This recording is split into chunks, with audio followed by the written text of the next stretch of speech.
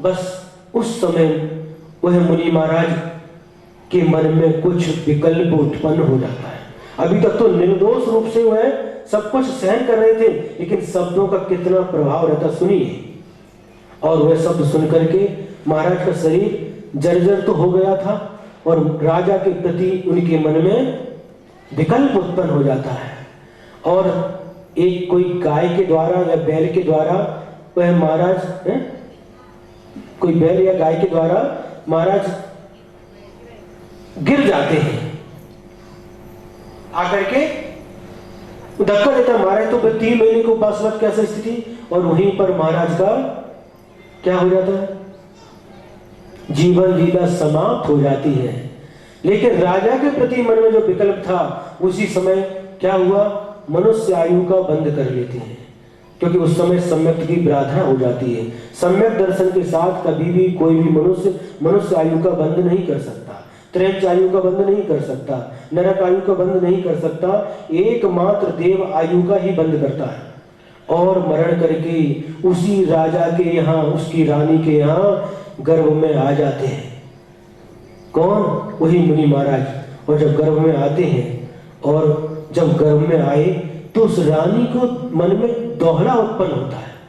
दोहला किसको कहते हैं, जब पेट में संतान होती है, गर्भ में संतान होती है, उस समय मां की कोई एक विशेष इच्छा होती है। किसी किसी को मिट्टी खाने की इच्छा होती है, सुना है हमने, मिट्टी खाने की इच्छा होती है। किसी किसी को आम का, अलग अलग प्रकार की इमली खाने की इच्छा होती है। तो उसको क्या दोहला उत्पन्न हुआ, उस दोहले को बता नहीं सकती। राजा ने देखा उसका चेहरा उदास है, आखिर बात क्या है, तुम इतनी उदास क्यों हो। कुछ नहीं, नहीं बताओ, तुम्हारे मन में जो है, जो मैं तुम्हारी इच्छा पूरी करूंगा। राजन यह बताने लायक नहीं है। नहीं, फिर भी बताओ। मेरी इच्छा होती है तुम्हारा खून पीऊं, तुम्हारा खून पीऊं। इस प्रकार की ये दोहला हुआ है, क्योंकि जीव कौन आया है, मुनि महाराज। उसके प्रति, राजा के प्रति द्वेष भाव उत्पन्न हुआ है। और जब ये बात होती है, इससे मालूम पड़ता है कि संतान आने वाली कैसी है। सुनते हैं जब आचा श्री गर्भ में थे, श्रीमती के गर्भ में, उस समय उनको संबित शिखर की यात्रा का दोहला होता था, भगवान की पूजन करने का दोहला होता था। उस समय जो इच्छा होती है, उस समय गर्भ में आई हुई संतान कैसी है, उसका ज्ञान होता है।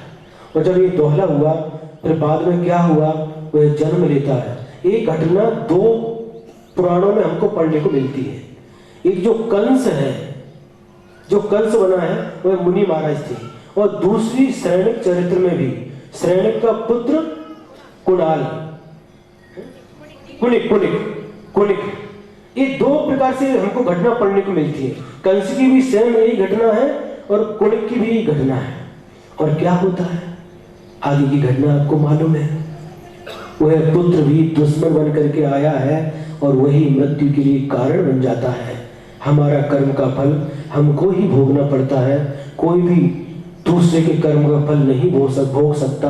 और हमारे कर्म का फल किसी दूसरे को नहीं मिल सकता, दूसरे के कर्म का फल हमको नहीं मिल सकता। इसलिए इस कर्म सिद्धांत के ऊपर विश्वास रखो। समय आपका हो गया है, ये घटना को याद रखो और विश्वास रखो, जो भी कुछ हमारे जीवन में घटित हो रहा है, वह हमारे कर्म के उदय से ही घटित हो रहा है। और जो भी घटित होगा, हमारे कर्म के उदय से ही घटित होगा। इस कर्म सिद्धांत के ऊपर विश्वास रखो। और उत्तम क्षमावाणी है। उत्तम क्षमा के दिन आप लोगों ने बहुत कुछ सुन लिया है। जिसके प्रति वास्तव में बैर की गांठ है, जिसके प्रति वास्तव में मन में कलुषता है, उस कलुषता को दूर करो।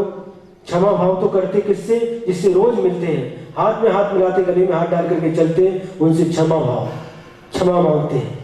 लेकिन नहीं, जिनसे वास्तव में मन में कुछ, जिनके प्रति कलुषता है, उनसे क्षमा मांगो। छोटे बड़े का भेद न रख के, और यहाँ का यही समाप्त करके जाओ, यहाँ का यही धो करके जाओ, स्वच्छ हो जाओ।